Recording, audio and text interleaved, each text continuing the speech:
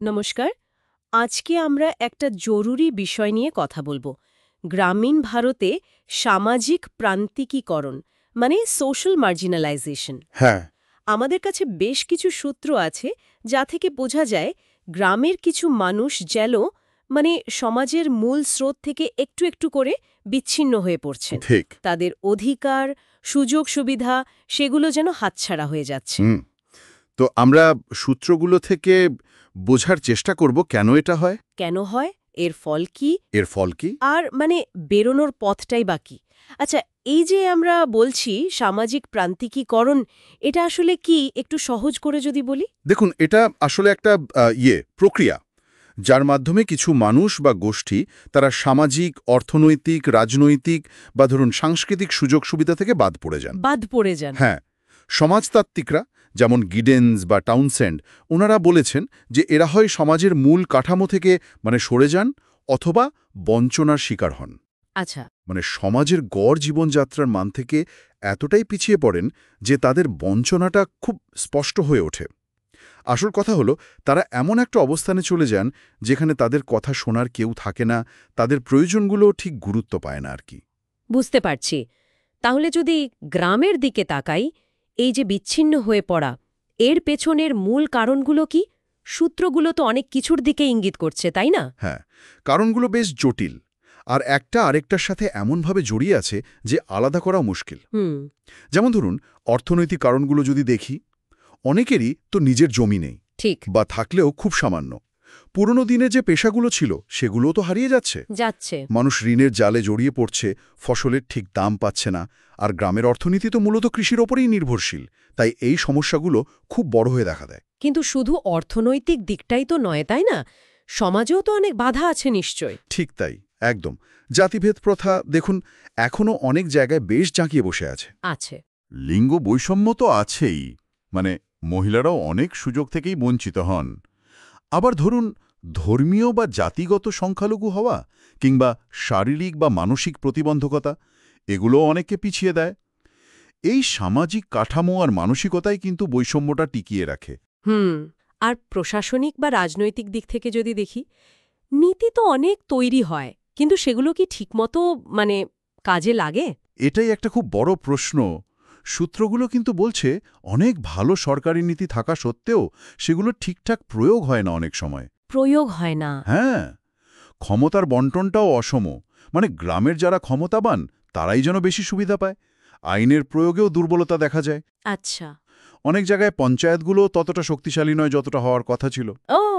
এর সাথে যোগ করুন শিক্ষার অভাব বা খুব নিম্নমানের শিক্ষা, দুর্গম এলাকার যোগাযোগ ব্যবস্থার সমস্যা, প্রাকৃতিক দুর্যোগের ধাক্কা তো আছেই। আছেই। আর এখনকার ডিজিটাল যুগে প্রযুক্তির সুযোগ থেকে বঞ্চিত হওয়া, এই সবকিছু মিলিয়েই কিন্তু প্রান্তিকীকরণের জালটা তৈরি হয়। বাপ্পা! কারণ কারণগুলো তো দেখছি একটার সাথে আরেকটা মারাত্মকভাবে জড়িয়ে। হ্যাঁ, খুবই। এর প্রভাবগুলো নিশ্চয়ই শুধু আর্থিক কষ্টের মধ্যে সীমাবদ্ধ নয়, আরও গভীরে। একেবারেই না। অর্থনৈতিক প্রভাব তো স্পষ্ট। দারিদ্র্য বাড়ে, রোজগার কমে যায়, অপুষ্টি দেখা দেয়। একটা চক্রের মতো চলে এটা। হুম। কিন্তু এর বাইরেও দেখুন, শিক্ষার সুযোগটা মারাত্মকভাবে কমে যায়। অনেক ছেলেমেয়ে হয়তো স্কুলেই যেতে পারে না, ঠিক।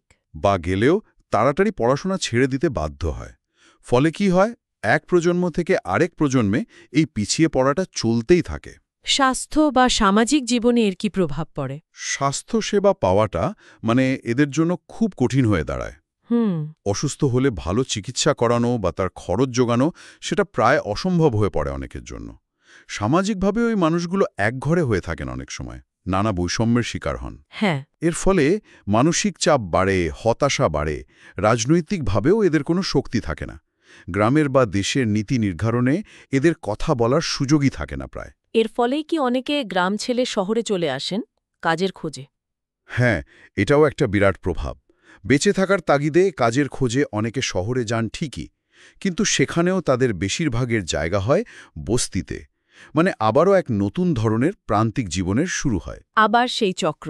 হ্যাঁ, এমনকি আইনি সাহায্য পাওয়া বা নিজের অধিকার বুঝে নেওয়া, সেটাও এদের জন্য খুব কঠিন হয়ে দাঁড়ায়। পরিস্থিতিটা তো সত্যি বেশ গভীর আর উদ্বেগজনক। এই চক্র ভাঙার কি কোনো পথ নেই? সূত্রগুলোতে সমাধানের দিকে কি বলা আছে? পথ অবশ্যই আছে, তবে কাজটা সহজ নয়। একটা সমন্বিত উদ্যোগ দরকার। সব দিক থেকে। হ্যাঁ, সব দিক থেকে।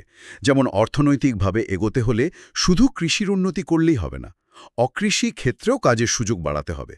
ধরুন ছোট ছোট শিল্প, কুটির শিল্প, আচ্ছা। MGNREGS বা ১০০ দিনের কাজের মতো প্রকল্পগুলো গ্রামের মানুষের হাতে কাজ আর টাকা দেয়। মহিলাদের যে স্বনির্ভর গোষ্ঠী বা SHG, সেগুলো খুব ভালো কাজ করছে। মানুষের দক্ষতা বাড়াতে প্রশিক্ষণের ব্যবস্থা করাটাও খুব জরুরি। আর শিক্ষা, স্বাস্থ্য, পরিকাঠামো এই বিষয়গুলো, এগুলোর উন্নতি ছাড়া তো হবে না। একদমই না। সেগুলোর উন্নতি তো করতেই হবে। শিক্ষার মান বাড়াতে হবে, যাতে ছেলেমেয়েরা শুধু স্কুলে যায় তাই নয়, ভালো শিক্ষাও পায়। ঠিক। স্বাস্থ্যসেবা যাতে সহজে পাওয়া যায় তার জন্য আয়ুষ্মান ভারতের মতো প্রকল্প আছে, যা চিকিৎসার খরচে সাহায্য করে। হ্যাঁ। আর গ্রামে ভালো রাস্তা, যেমন ধরুন PMGSY, বিদ্যুৎ, যেমন সৌরভাগ্য যোজনা, পরিশ্রুত পানীয় জল, জল জীবন মিশন, আর ইন্টারনেট সংযোগ ভারতনেট, এগুলো পৌঁছে দেওয়াটা খুব জরুরি। এগুলো জীবনযাত্রার মানকে সরাসরি উন্নত করে। ঠিক। আর সামাজিক যে বাধাগুলো, সেগুলো কাটানোর জন্য কি করা যেতে পারে? এখানে সামাজিক ন্যায় বিচারের প্রশ্নটা খুব গুরুত্বপূর্ণ। জাতিভেদ বা লিঙ্গভিত্তিক যে বৈষম্য, সেগুলো কঠোরভাবে বন্ধ করতে হবে। অবশ্যই। যারা প্রতিবন্ধী, তাদের জন্য সমান সুযোগ তৈরি করতে হবে। পঞ্চায়েত ব্যবস্থাকে আরও শক্তিশালী করতে হবে, যাতে সাধারণ মানুষ গ্রামের উন্নয়নে সরাসরি অংশ নিতে পারে। অংশগ্রহণটা জরুরি। খুব জরুরি। আর ভূমি সংস্কারের মাধ্যমে ভূমিহীনদের জমির অধিকার দেওয়া বা জমির রেকর্ড ডিজিটাল করা, এগুলোও খুব গুরুত্বপূর্ণ পদক্ষেপ। তার সাথে এটাও দেখতে হবে যে মানুষ যেন নিজেদের অধিকারগুলো সম্পর্কে সচেতন হয়। সচেতনতা বৃদ্ধি। হ্যাঁ, আর প্রয়োজনে আইনি সাহায্যও পায়। তাহলে মোটের ওপর বোঝা যাচ্ছে গ্রামীণ সামাজিক প্রান্তিকীকরণ একটা বেশ বহুমাত্রিক সমস্যা। এর সমাধানটাও লুকিয়ে আছে অর্থনৈতিক, সামাজিক, রাজনৈতিক সব দিকের মিলিত প্রচেষ্টার মধ্যে। কোনো একটা দিক দিয়ে এগোলে হবে না। একদম ঠিক। এটা একটা জটিল জাল, আর এটা ছিঁড়তে গেলে সব দিক থেকে একসাথেই টান দিতে হবে। আর এই আলোচনার শেষে একটা প্রশ্ন হয়তো আমাদের সবার ভাবার জন্য রেখে যাওয়া যায়, তাই না? বলুন।